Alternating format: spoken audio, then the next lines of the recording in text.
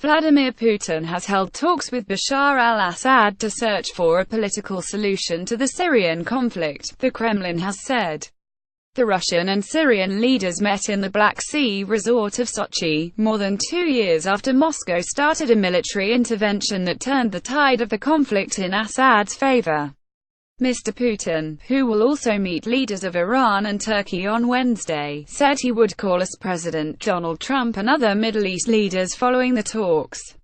According to comments released by the Kremlin, Mr. Putin told the Syrian president, "We still have a long way to go before we achieve a complete victory over terrorists.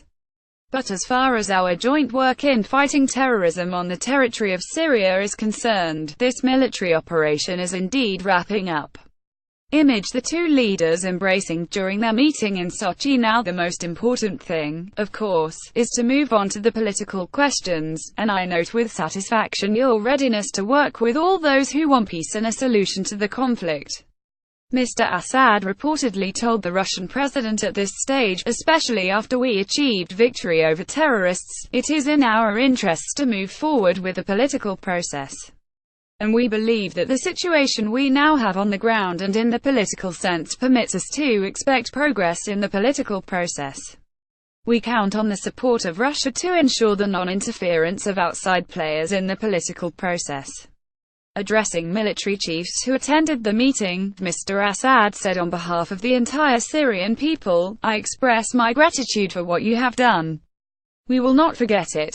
Image it was Mr. Assad's second visit to Russia since the Syrian crisis began in 2011. It was Mr. Assad's second visit to Russia to meet Mr. Putin since the Syrian crisis began in March 2011, leading to a civil war that has killed some 400,000 and resulted in millions of refugees.